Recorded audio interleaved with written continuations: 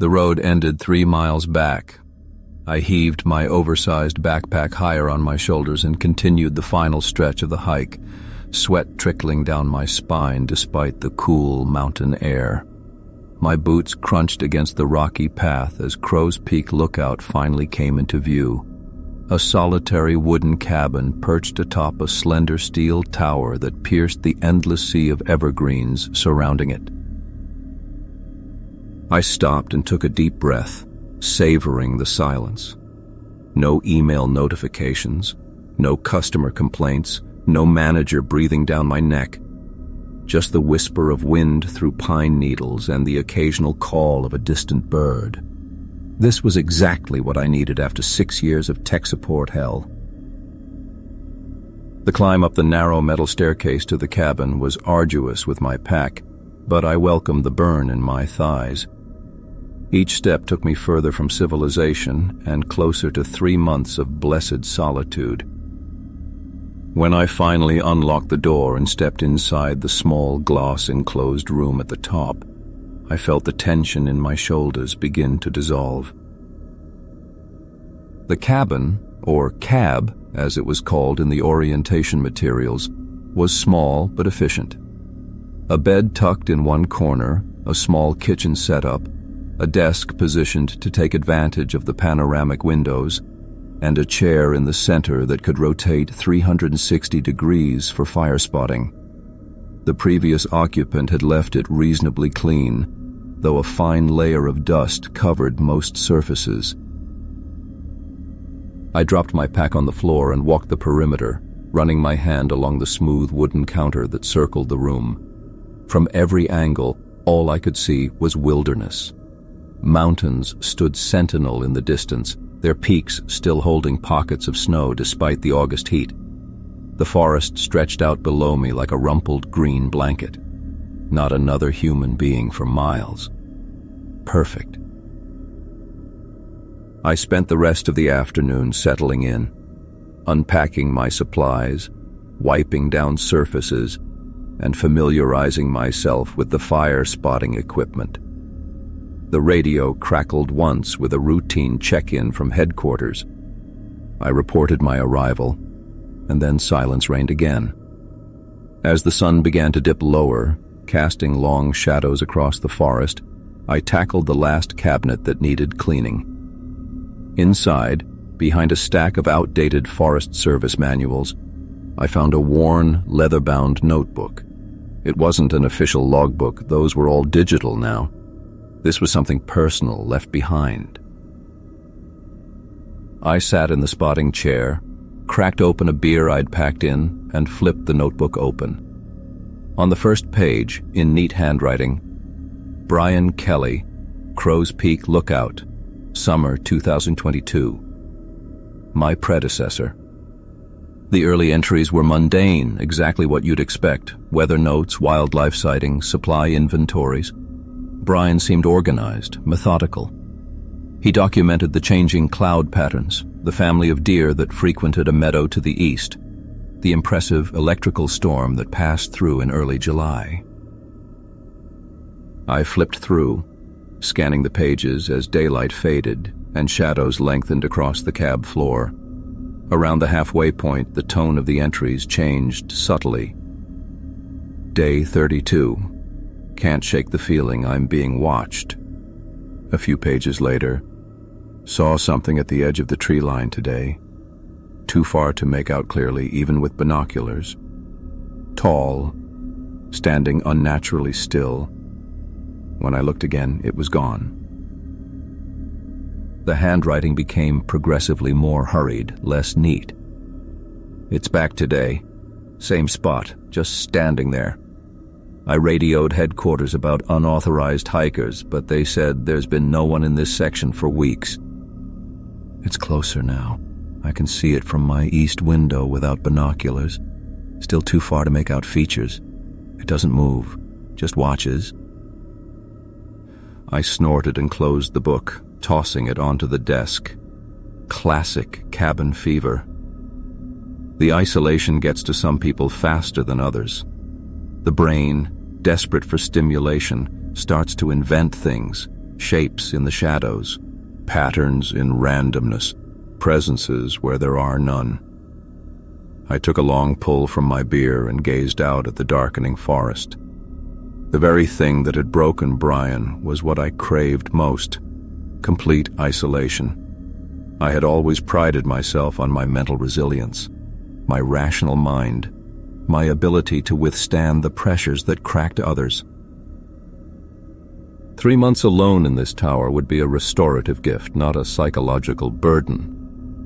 I finished my beer and stepped outside onto the small observation deck that wrapped around the cab. The night air was crisp, carrying the scent of pine and earth. Stars emerged overhead, impossibly bright without city light pollution.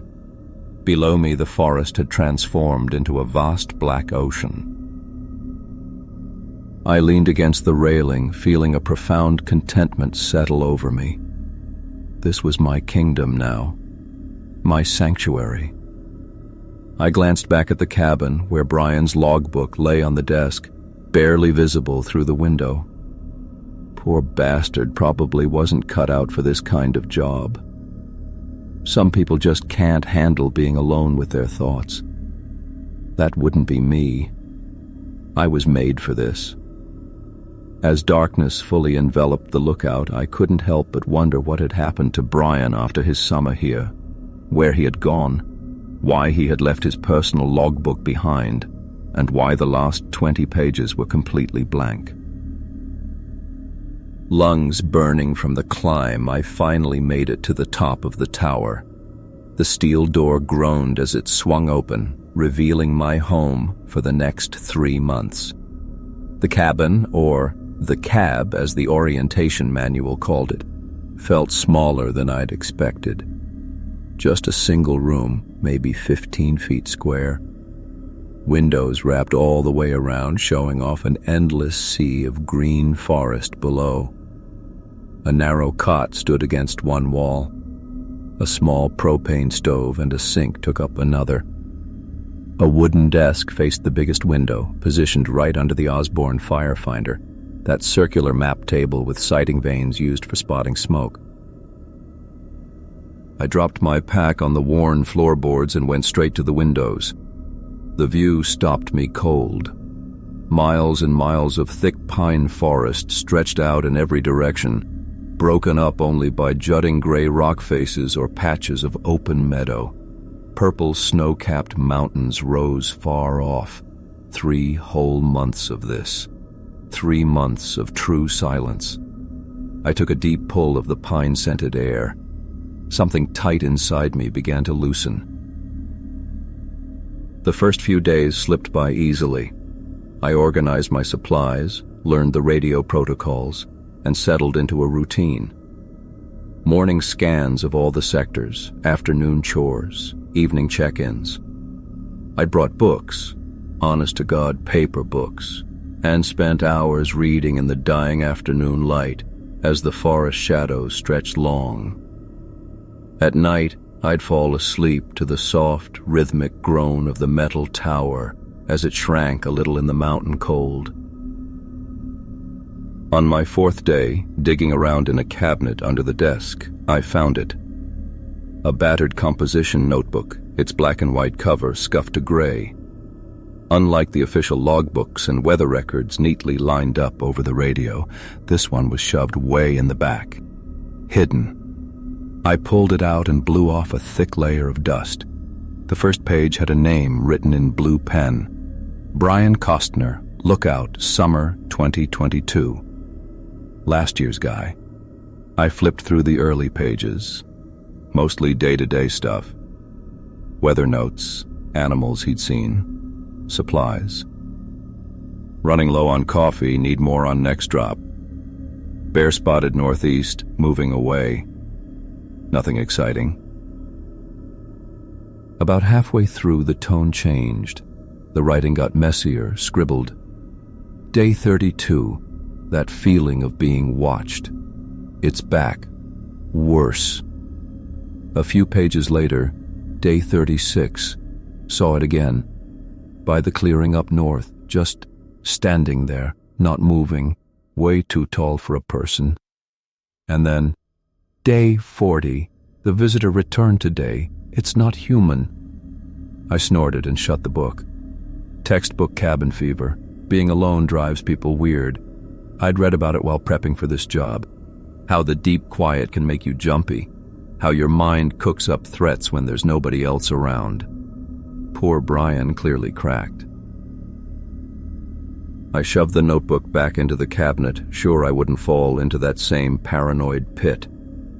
Hell, chasing this kind of isolation was the whole point. It was exactly what I wanted. The logbook faded from my thoughts over the next few sunny days. Perfect weather, blue skies, warm but not too warm. I slid into my groove, checking my zones, reading my books, watching the sun dip behind the mountains, painting them gold and pink. I even pulled out my sketchbook again, something I hadn't touched since college. A week after finding the logbook, I was doing my usual sweep with the binoculars. Northeast clear, eastern quadrant clear, southeast. My hands froze, the binoculars suddenly dead weight. There at the edge of the trees where forest met a small clearing, stood a figure.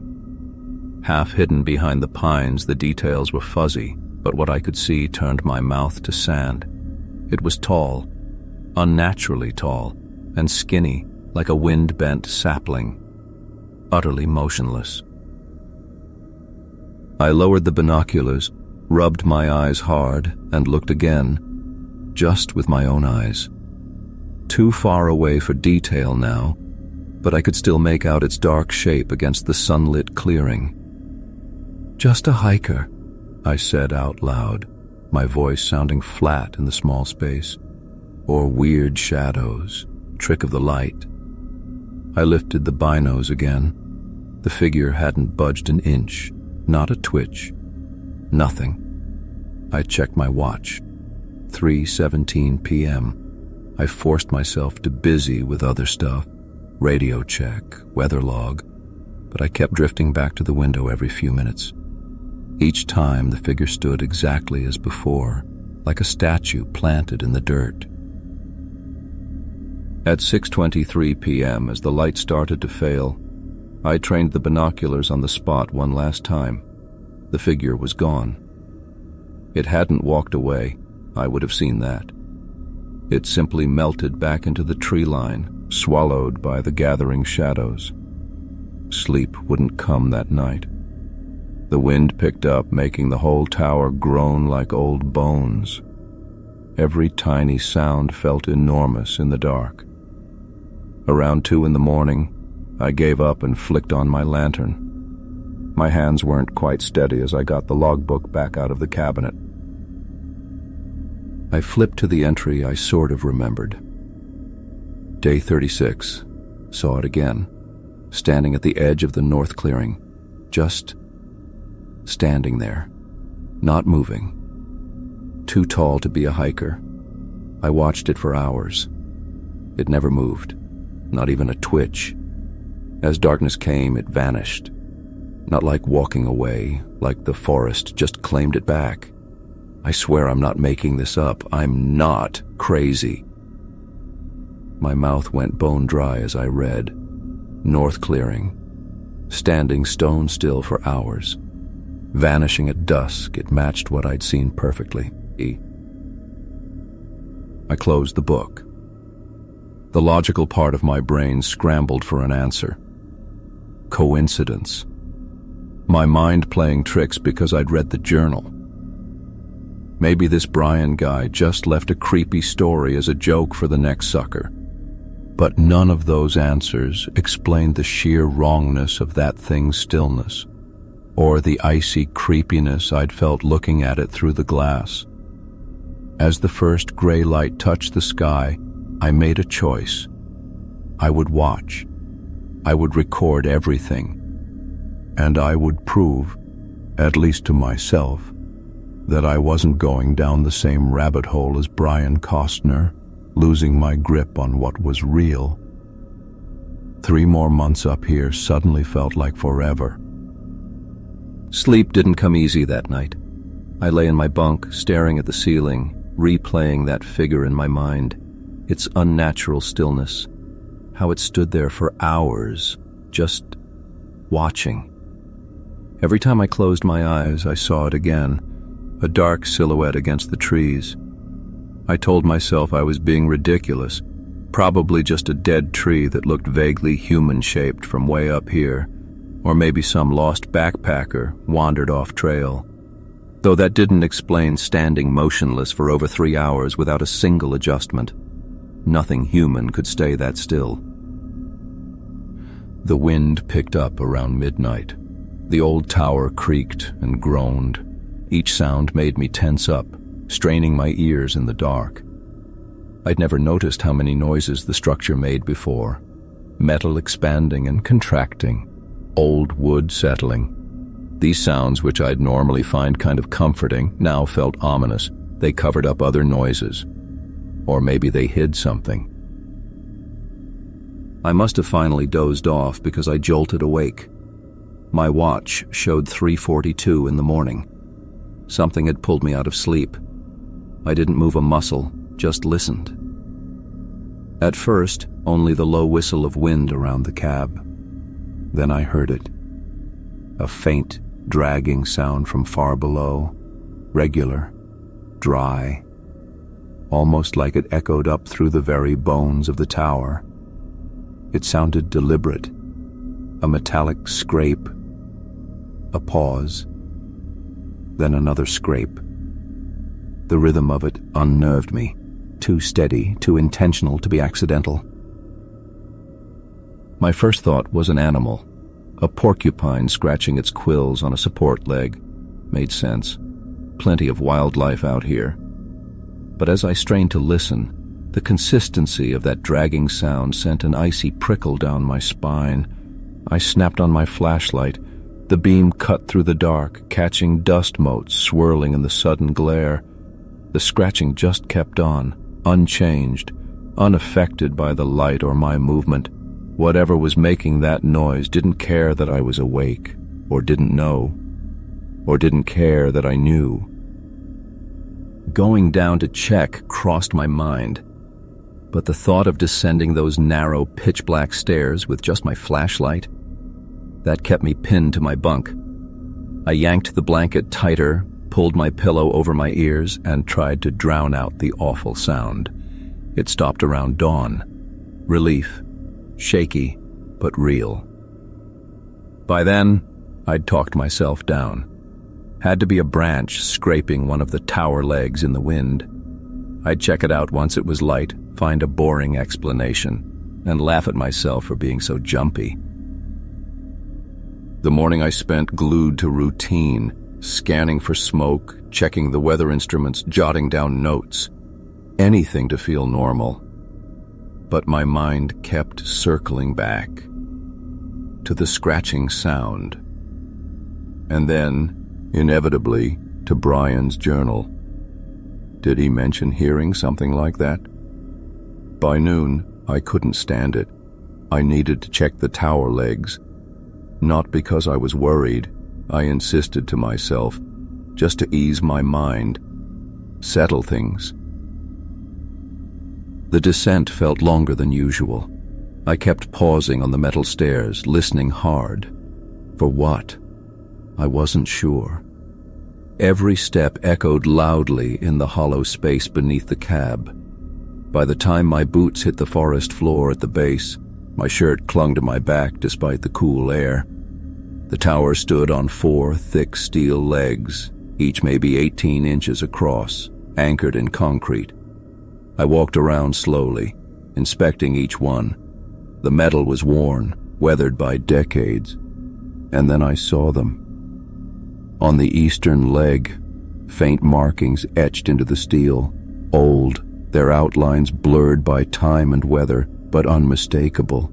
Weird symbols, crude spirals, primitive stick figures, just like Brian described. My fingers traced the marks. Not deep, but deliberate. Ranges? Previous lookouts? Kids sneaking up for a thrill? Any possibility sounded plausible, and I grabbed onto that rationality hard. Then I moved to the north-facing leg, the one pointing towards where that figure had stood yesterday. The blood froze in my veins. About 4 feet off the ground, a fresh carving, a perfect spiral, its lines sharp and clean, the metal inside still bright, gleaming silver against the rusted steel. This wasn't old.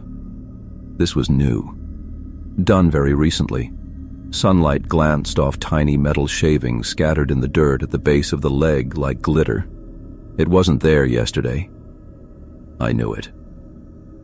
I'd checked every leg thoroughly when I'd arrived, memorizing every dent and scratch. Someone had been here, while I was asleep in the cab above. I stumbled back, scanning the tree line. The forest gave nothing back, silent and immense. That feeling of being watched slammed into me, like invisible eyes tracking every twitch. My gaze snapped to the north clearing. Empty now. But how long?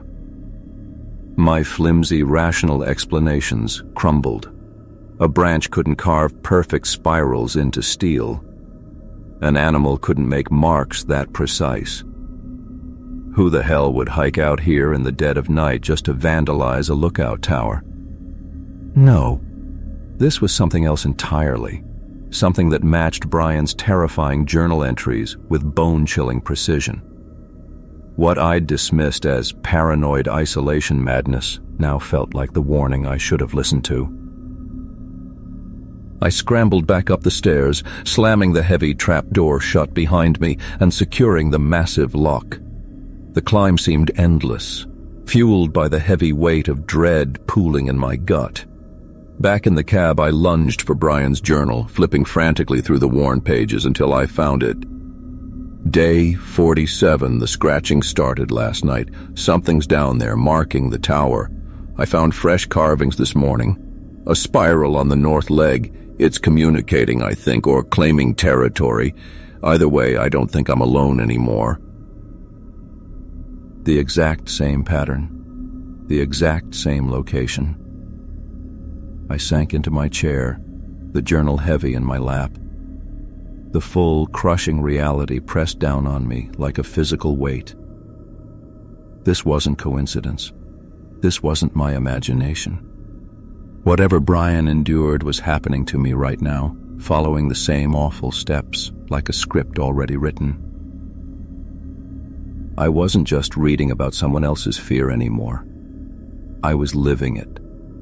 The actor in a nightmare play. And whatever stood out there, that unnaturally still watcher, wasn't content to just observe anymore. It was acting, getting closer, marking the only thing I had for shelter as its own. Outside, the endless forest stretched away, silent and dark. 3 months suddenly felt like a prison sentence measured in minutes. And worse than the stretch of time was the terrible growing certainty. My time truly alone was almost over.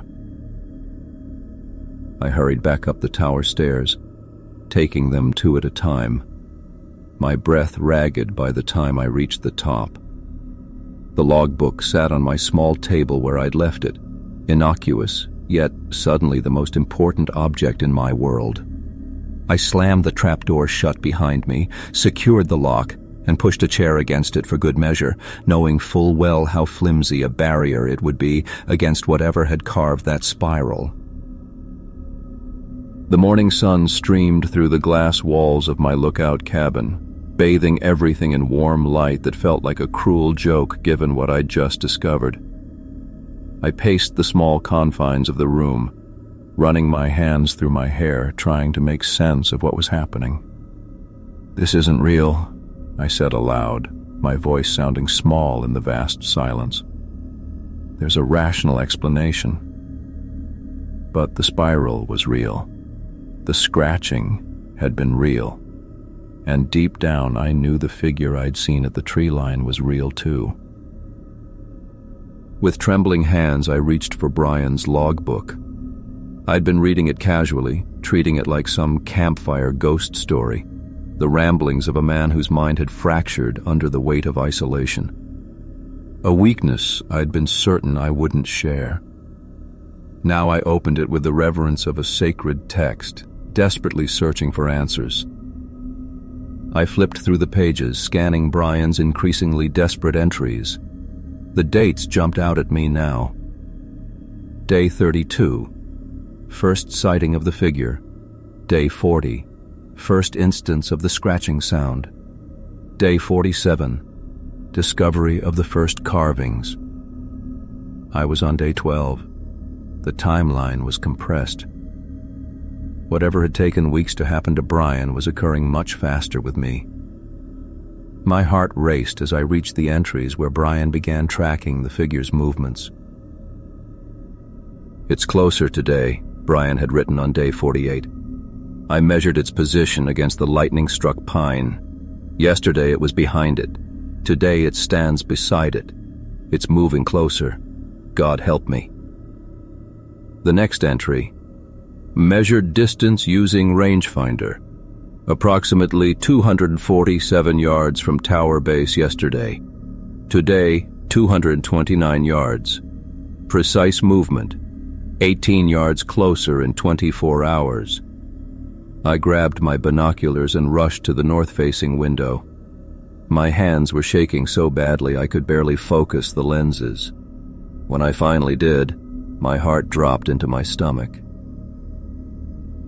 There it was, standing at the exact same spot I'd seen it yesterday. No, not the same spot.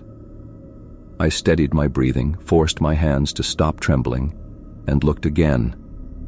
It stood in front of a distinctive cluster of pines I'd noted yesterday. Just as Brian had described, it had moved closer overnight. The thing was tall, impossibly tall, and painfully thin.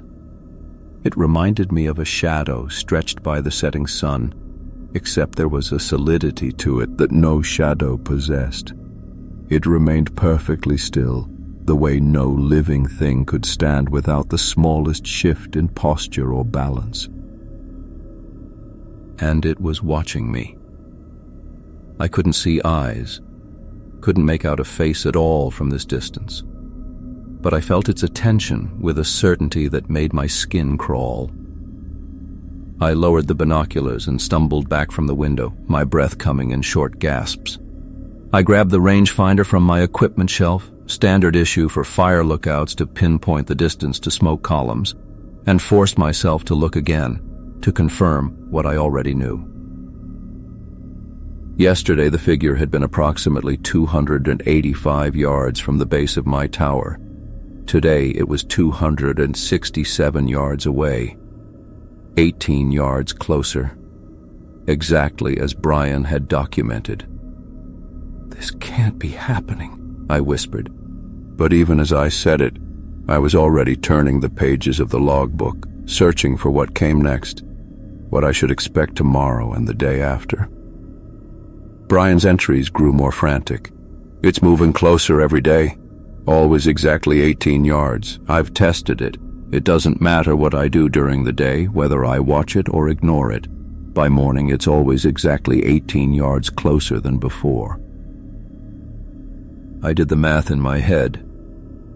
At 18 yards per day, the figure would reach the base of my tower in 15 days, just over 2 weeks. The thought made my stomach churn.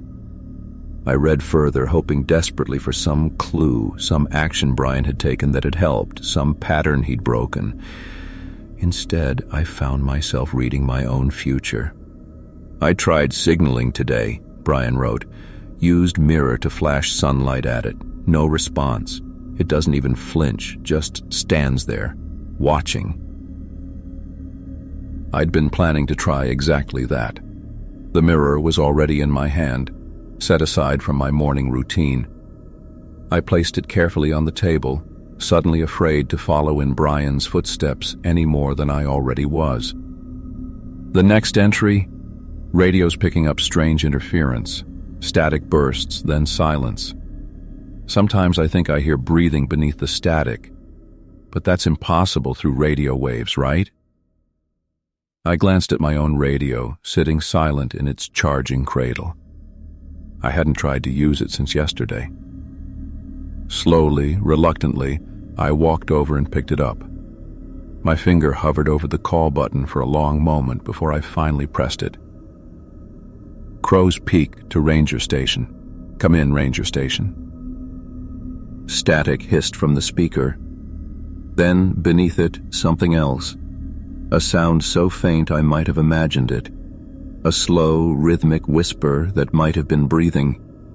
My blood turned to ice in my veins.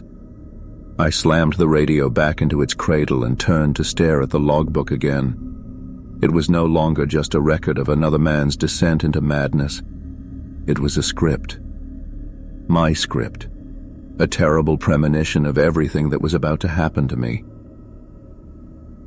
Before I'd taken this job, I'd prided myself on my logical mind, my ability to stay calm when others panicked, to find rational explanations for the seemingly inexplicable. That version of me seemed laughable now, a man who'd never truly been tested, who'd mistaken the petty stresses of ordinary life for real challenges to sanity and reason. I flipped ahead, reading frantically now, searching for the ending, for some hope that Brian had found a way out. But the further I read, the more my hope dwindled. Day 53. It's at the edge of the clearing now. No more trees between us. Just open ground. I can see it more clearly. God, I wish I couldn't. Day 54. I tried to run today. I paused, my finger trembling on the edge of the page. Did I want to know what happened when Brian tried to escape? Did I want to know what awaited me if I made the same attempt? The answer was obvious, terrifying as it was. I had to know everything if I was going to have any chance of breaking this cycle. I turned the page and continued reading, the words burning themselves into my mind. With each passing paragraph, I was no longer just reading about Brian's fate. I was reading about my own. Outside, the sun began its slow descent toward the horizon. Soon it would be dusk, and I would have to watch as the figure, my figure, melted back into the darkening forest, only to reappear tomorrow, 18 yards closer to my tower, 18 yards closer to me. I closed the logbook and went to check my supplies. 2.5 months of food, full water tanks. No reason to leave the tower except by choice or by force. If Brian had tried to run and failed, maybe I could succeed by staying put, by breaking the pattern somehow. But even as I inventoried my provisions, I knew I was lying to myself. The logbook had been right about everything so far, and deep down, I knew with growing certainty that whatever had happened to Brian, whatever had made his entry stop abruptly, was coming for me too, step by inexorable step. Sleep didn't come that night. I lay awake listening for the now familiar scraping sound from below. The silence was almost worse, like a held breath, a predator pausing before the final strike. By morning I was jittery with exhaustion, jumping at every creak of the old tower as it warmed up. I reached for the logbook again, flipping through Brian's increasingly frantic entries. That's when I saw it, the entry I'd somehow missed before. Day 50. Brian had written about packing a bag and trying to hike the 10 miles back to the ranger station. The words jumped off the page. Can't stay here anymore. The visitor is only 200 yards away now.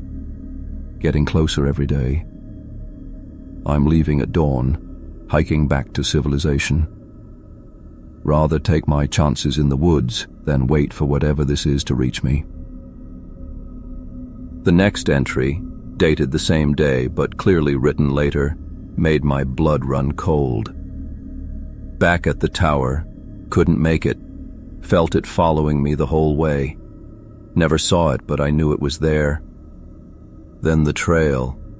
God, the trail was blocked by a fallen tree. Massive pine, freshly down. No storm, no reason. Just there, exactly where I needed to go. Tried to go around, but the undergrowth was too thick. It's like the forest itself doesn't want me to leave, or it doesn't want me to leave. I slammed the book shut. Cold sweat broke out across my forehead. If I stayed, that thing would reach the tower in just 2 weeks. The thought of sitting here, passively waiting for whatever fate had taken Brian, was suddenly unbearable. Decision made, I threw essential supplies into my backpack: water, energy bars, first aid kit, flashlight. The logbook went in too, not because I thought it would help me escape, but because I couldn't stand leaving such proof behind. The climb down the tower's stairs felt endless. Each step brought me closer to the ground, closer to where that thing stood watching from the trees. According to my calculations, the figure should be about 249 yards away today. Too close for comfort, but far enough that I might have a chance if I headed away from it. The morning air hit me hard after days inside the tower. The forest smelled of pine and earth and something else, something faintly metallic and wrong. I got my bearings quickly. The ranger station lay roughly 10 miles south. If I pushed hard, I could make it before dark. I set off at a fast walk, constantly fighting the urge to look back. The trail was overgrown but still visible, winding through the dense trees. For the first mile, adrenaline pushed me forward. I felt almost dizzy with the hope of escape. Then it started, the feeling Brian had described. A prickling awareness crawled up my spine, the unmistakable sense of being watched. I spun around several times, scanning the trees, but saw nothing. Yet the feeling stayed, grew stronger. My pace quickened. Sweat dripped into my eyes despite the cool mountain air. The forest had gone unnaturally quiet. No birdsong, no rustling of small animals in the bushes. Just the sound of my own heavy breathing and footsteps on the soft ground. After what felt like hours but was probably only 90 minutes, I stopped to check my map and take a drink. The sense of being followed had become so strong I couldn't focus. My hands shook as I tried to figure out where I was. According to the map, I should have covered about 4 miles, just 6 more to go. I pressed on, the trail narrowing as it wound between thicker stands of pine. The light faded as the canopy closed overhead. Then, as I rounded a bend, I stopped dead. The path ahead was completely blocked. A massive pine had fallen right across the trail. Not an old fall. The exposed wood was pale and fresh, the needles still green. The huge root ball stuck out, dirt still clinging to it. "No," I whispered, the word escaping like a plea. I walked closer, my heart sinking. The tree was enormous, its trunk thicker than me. Climbing over would be hard, but maybe possible. Yet as I got nearer, I saw it was worse than I thought. The area around the fallen tree was a tangled mess of dense bushes, impossible to push through in either direction. I could try to force my way, but how long would that take? Hours? And all the while that thing would be... I froze, the hairs on my neck standing straight up. The feeling of being watched had turned into almost physical pressure. Slowly I turned around. The trail behind me was empty, but beyond it, barely visible among the trees, maybe 300 yards back, stood the figure. Perfectly still, impossibly thin, watching. It had followed me. And somehow, I knew with absolute certainty that no matter which way I went, it would be there, waiting. A crushing weight of defeat pressed down on me. This wasn't an accident. The fallen tree, the thick bushes, it was exactly like Brian had described. I wasn't breaking the pattern. I was following it step by step, The walk back to the tower passed in a blur. Each step felt heavier than the last, my initial desperate energy replaced by a heavy resignation. The feeling of being watched never faded, but I didn't look back anymore. What was the point? By the time the tower came into view, dusk was falling. It looked different now. No longer a safe place, but a prison. I climbed the steps like a machine, each one bringing me closer to my inevitable end. Inside, I collapsed into the chair, the logbook falling open on my lap. I stared at Brian's words, understanding now what he meant about feeling followed, about the forest itself seeming to work against him. I had lived his exact experience, word for word. As darkness fell outside, I heard it again, that slow, steady scratching from below, louder now, more demanding. It was coming, and I was well and truly trapped. Sleep abandoned me that night. There was no hope of it, not with those scraping sounds. They kept on for hours, rising, falling, like the tide coming in, only sickening. Each pause tricked me into thinking it was finally over, then the frantic grinding would erupt again, closer and louder, like it knew how its jagged rhythm tore through my thoughts. By dawn, my eyes were raw from exhaustion. The scratching finally died away as the sun rose, leaving behind a quiet that didn't feel quiet at all. More like the awful stillness inside a coffin. I slumped at the table, forcing myself to open Brian's logbook. I'd kept turning away from it since the hike, like ignoring the pages could save me. Some pathetic, impossible hope that staying ignorant might call the situation off. My disastrous hike yesterday murdered that kind of thinking. I turned to around day 50. Brian's handwriting was a messy, jagged slant now, scratching across the page instead of writing. Day 54, I croaked aloud. Something about finally hearing it, even spilling from my own lips, was either comforting or damning.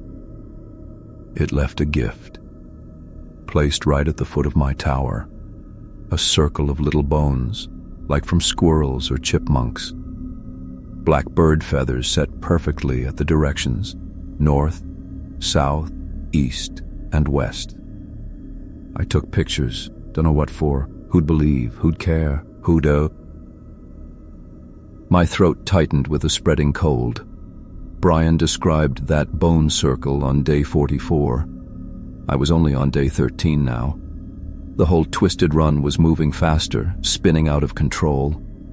The following lines showed his fraying mind naked on the page, the figure edging closer daily, the clawing sound swelling, relentless. Then, 57, another twisted present. A bigger circus this time, rabbit bones maybe, lay them out in a spiral. More feathers landed near the bones like letters in some bizarre alphabet. Foreign, ugly, I let it be, what else was there? But day 59's scrawl made the fear in my chest go solid. Something bad now. Okay, last night, the clawing, bad, real bad. Went on for 3 solid hours. Couldn't get my head straight. Lungs just wouldn't pull air. Come morning, went down with my knife, saw that spiral somebody carved. Didn't even think, just carved my initials beside it. Big B, little K. What was it? A bribe? A peace flag? A white flag raised? All of it? Felt watched when done. Not the usual stripped bare stare out there. This felt thoughtful. Like I'd started a conversation I didn't understand. Scraping never came on that night. The silence? That presses harder, worse. The book slapped shut. My hand shook, holding it. Brian had played the thing's game. He'd laid his mark down. Now the path ahead was laid out, clear as the trail back to camp my legs refused to take yesterday. I looked out the window. Sun higher now, dragging tree shadows long and thin across the far woods. My rangefinder, cold indifference itself, lay at hand on the desk.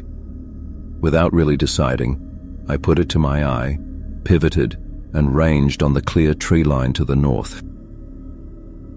231 yards. Gone closer, following the playbook step by step. I set the rangefinder down. If running failed and hiding failed, maybe Brian had found a sideways step, bargaining. A white flag, kneeling down politely to my jailer. I snatched my jacket and torch. The stairs took a year longer getting down than ever before. Each step had the deep pull of dread sitting heavy on me. The square hatch on the flat ground, still bolted with that big lock, just as I'd left after my running screamed to a stop. The key hit the lock. The heavy bolt clanked back. I paused, braced, then pushed the wood open and scrabbled down the ladder onto hard dirt.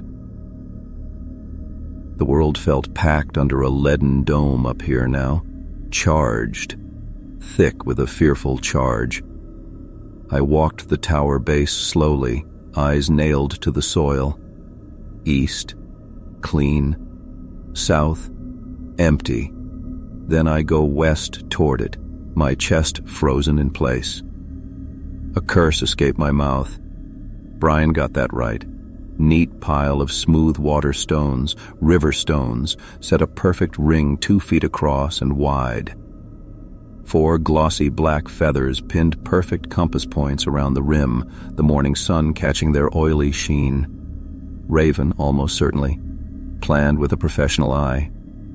The intent behind it cut bone deep. This calling card was mine. I moved in on it careful as stepping through broken glass. It didn't raise the alarm. It just sat. Put the screws on with quiet assurance. Offer or demand. Hard to read apart. Then my eyes drifted gray steel tower leg, north face. Weathered ruin marks were carved there, maybe old languages lost to wind and rain. The spiral I found days before catching sunlight on the edge of it, steel lines still sharp. Right beside, just like Brian put it in that crumbling page, 2 letters. B.K. Brian Costner cut his soul away out here. I stood frozen, the cold air raising bumps down both my arms. What moves had I got left? Run blind? Wait crouched and holding my breath for whatever walked this earth to tap politely on my doorframe? Yeah, that digging underneath the trap door would come back, louder each time forever, until what? Until that thing up at the tree line. Well, what? My Leatherman was fat in my pocket. I let the fingers find it in its case, take the knife back easy as breathing, lean down to the steel leg like a man admitting defeat.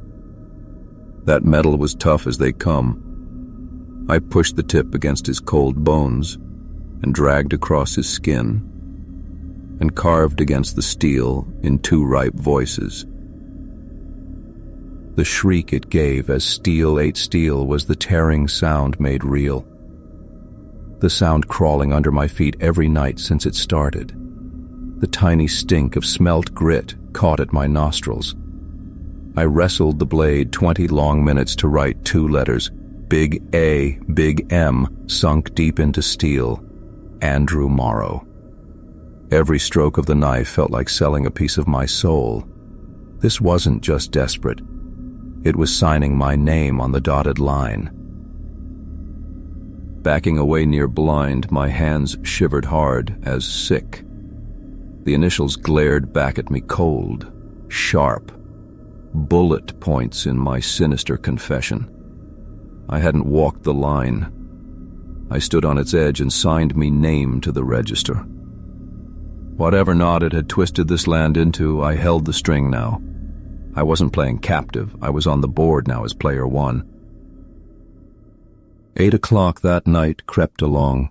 The dark outside deepened. Night's tide rolled in. 9 left in silence behind. Midnight sailed past without knocking. Nothing stirred to fill the void. The quiet pressed me hard and mean under its dead fist. Absolute. Suffocating heavy. Found myself holding my breath, listening for sounds that didn't come. Missed that grinding pulse. Even as it drove me crazy, at least when that scratching shriek rolled under the trapdoor, I nailed down where my stalker was. So in this perfect quiet, let the dead quiet just hang invisible and bone deep. It could slip past you anywhere. Upstairs, elsewhere. Here already? Place your bets and turn around slow. I swung the rangefinder slow for one last throw, scanning hard where the moonlight pooled pale among the pines to the north. Barren, sere, no trace of that tall, terrible watcher. Its lookout point stood empty, felt far worse now that at times crept below. I stumbled back from the window, my legs suddenly weak. The figure being gone was somehow infinitely worse than seeing it. For weeks I'd known exactly where it stood, watching me with that awful stillness.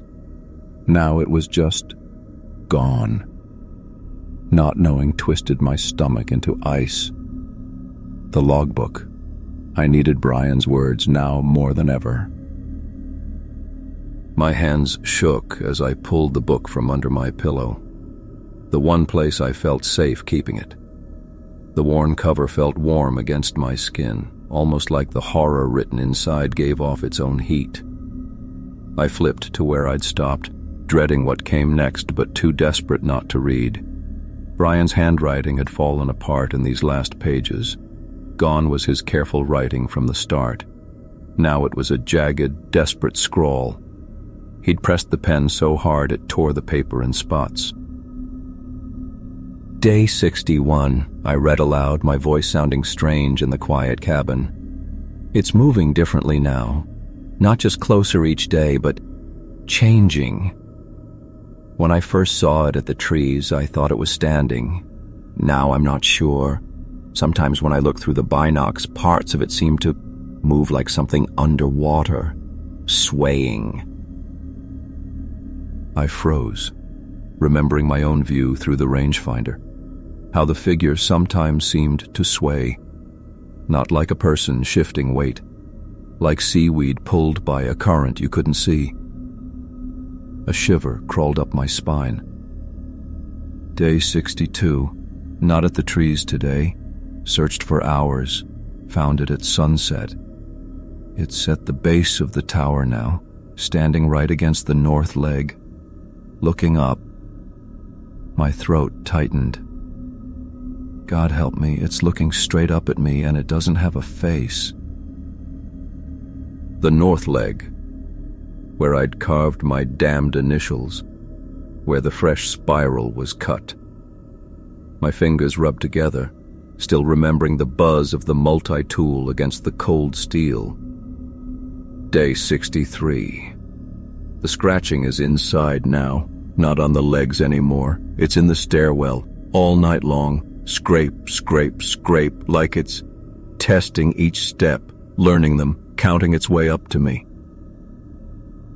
I forced myself to keep reading, even though every instinct screamed to slam the book shut. My mouth felt like dust. The letters seemed to dance on the page. Day 64. I blocked the trapdoor with everything I could move. Chair, table, supply crates. Won't hold if it really wants in, but maybe it's just curious. Maybe it's just... The words stopped dead. Nothing. Then the writing started again, so shaky it barely looked like Brian's hand. 3 a.m. Heard the lock rattling, metal on metal, trying the door now. No more scratching. Deliberate movements. Methodical. Like it knows what a lock is, what it's for. like it's done this before. The next page was almost empty. Just one line in the middle. Day 65. And a time. 4:17 in the morning. The writing now. It was different. Calm, steady, like Brian had moved past fear into some awful kind of understanding. I see now. I was wrong this whole time. It's not tall, it's long. That was all. 9 words, then nothing. The rest of the pages were blank, silent proof of whatever happened after that truth hit him. I stared at the words. My brain fought to make sense of it. It's not tall. It's long. I said it out loud, hoping the sound would unlock the meaning. Then, like a bucket of cold water poured over my head, I got it. What I'd been staring at for weeks. It wasn't a tall figure standing back near the trees. That was just the tip. The exposed end of something much, much bigger. Something that stretched sideways, not up. Something long enough to reach from the tree line back to the tower, all while making me think it was just standing still off in the distance. The scratching? That wasn't something clawing up the tower legs. It was the sound of something coiling around them, spiraling its way upward, like a constrictor snake climbing a tree. The spiral carving wasn't just a creepy sign. It was its mark, its signature, a picture of how it moved. My hand flew up to my mouth as stomach acid burned my throat. I saw it again, the figure feeling closer every day without really moving. Because it wasn't walking forward. It was reaching, extending itself, stretching toward the tower like a nightmare limb, toward me. I lunged back to the window, pressing my face against the glass to stare down at the tower base. The dark swallowed everything below, but I didn't need to see. I understood with a sharpness that felt like the edge of madness. All those weeks I thought I was watching it, the observer. But I'd only ever seen what it wanted me to see, the smallest, thinnest sliver of its real size. Like a spider letting you see just one leg, hiding the rest in the shadows. A low roll of thunder cracked the silence, jolting me. I hadn't noticed the storm clouds gathering, too lost in the horror on the page. Rain started pattering the roof, slow at first, then hammering down. Lightning flashed, bleaching the cabin in stark, white light for a split second. In that flash, I saw Brian's open logbook on the table. Next to it sat my own notebook, the one I'd brought to write about peace and quiet, still bright and blank. The contrast felt like a cruel joke. I came here to write my own story, only to find myself trapped in Brian's. Thunder boomed again, shaking the cabin walls. The storm was right overhead now, rain slamming against the glass. I was weirdly grateful for the noise. It filled the awful, listening silence that came after the scratching stopped. But then, in the quiet between thunderclaps, I heard it, a sound almost lost in the downpour, missed if I hadn't been holding my breath. A soft, metallic click. The sound of the padlock on the trap door, 3 floors beneath my feet, being carefully, deliberately worked over. I froze, couldn't move. My eyes locked onto Brian's last words again, burned onto the page. It's not tall, it's long. Click, click, patient, unhurried, like it had all the time in the world, like practice made perfect. Another lightning strike threw my shadow onto the wall, and in that burst of light a new, horrifying certainty froze my blood. There was a second shadow stretching alongside mine, impossibly thin, grotesquely twisted, reaching from the dark square of the stairwell opening. I wasn't alone anymore. The lock gave a final solid click. Then, with suffocating slowness, the trapdoor started to open. The heavy trapdoor groaned as it opened slowly, like it was being hauled up with deliberate care. A wave of painfully cold air hit the cabin. I sat perfectly still in my chair, my back to the opening stairs. Outside, the storm raged loud enough to cover any sound rising from below. Still, I could feel the air change. It became thick and heavy, pushing against my eardrums until they popped. Maybe I should have been terrified.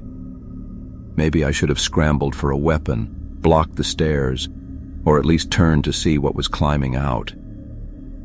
But a strange calm fell over me, quiet and unnatural, like the center of a hurricane. For the first time in days, my head felt clear, empty of panic. The scratching beneath the cabin had stopped. The rusty hinges had gone silent. Now, under the pounding rain and distant thunder was something else, a soft, wet noise.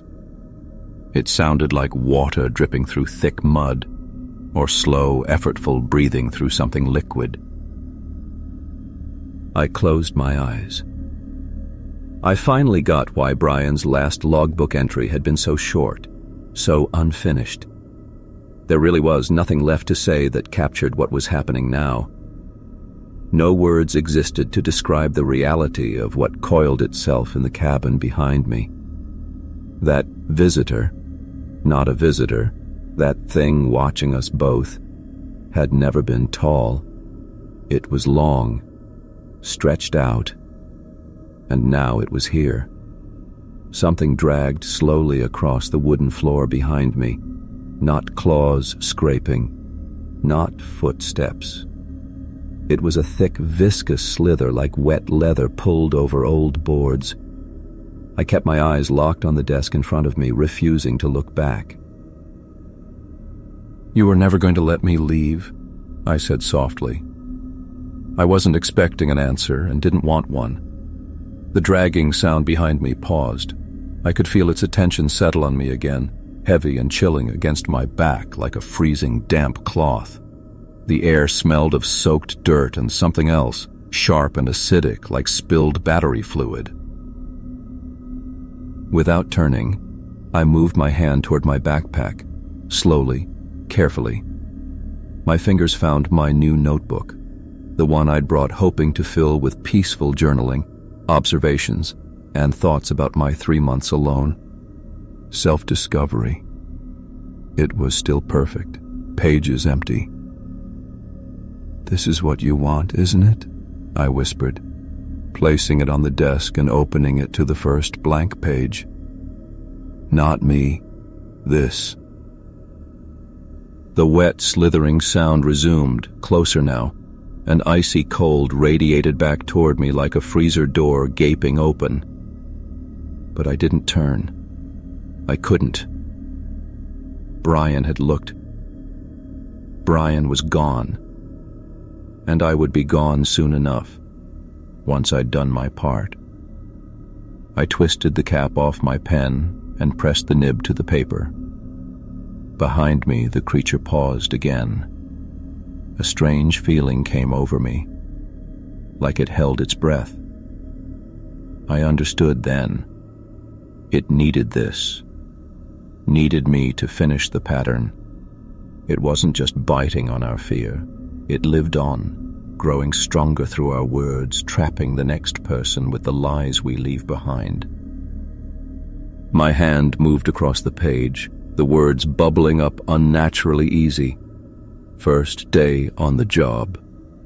Weather's clear. A sea of green, just like they promised. As I wrote, something changed in the room. The pressure weighing down on me eased slightly. Behind me, the thick, wet sliding sound moved away from me, toward Brian's logbook shelved on the wall. I kept writing, describing the lookout drum, the quiet solitude, the peaceful calm. Each lie flowed smooth as sun-tracked cream. I was crafting the bait just like Brian had unknowingly done for me, seeding the next lookout's ruin. I was becoming the predecessor. "Looks like the last guy left in a hurry," I scratched in steady letters. "Found his logbook tucked away in a cabinet.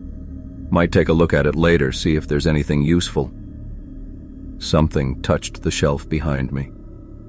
I heard Brian's logbook lifted free, scraping softly on the wood. Silence fell thick. The thing was reading, comparing notes, making sure I played my part straight. Lightning flashed, one brief pulse that lit the cabin white. Against the wall, I caught the black outline of a stretched and coiled shadow seeming to warp and wreathe, a form that knew nothing of earth. The detail faded before my eyes could hold it, my mind unwilling to tackle what it had shown me. I kept writing. What else was there? The pattern had to keep turning. The next lookout here would find my notebook alongside Brian's dusty account. They would read both, brush them off as cabin fever, house-side jitters. And then, as sure as storm rain falls, they'd spot a tall, thin shape marking the tree line. The hiss and scratch of my pen against paper filled the room, blanketing the storm's rage, drowning out the quiet, butchering chill, breathing behind my seat.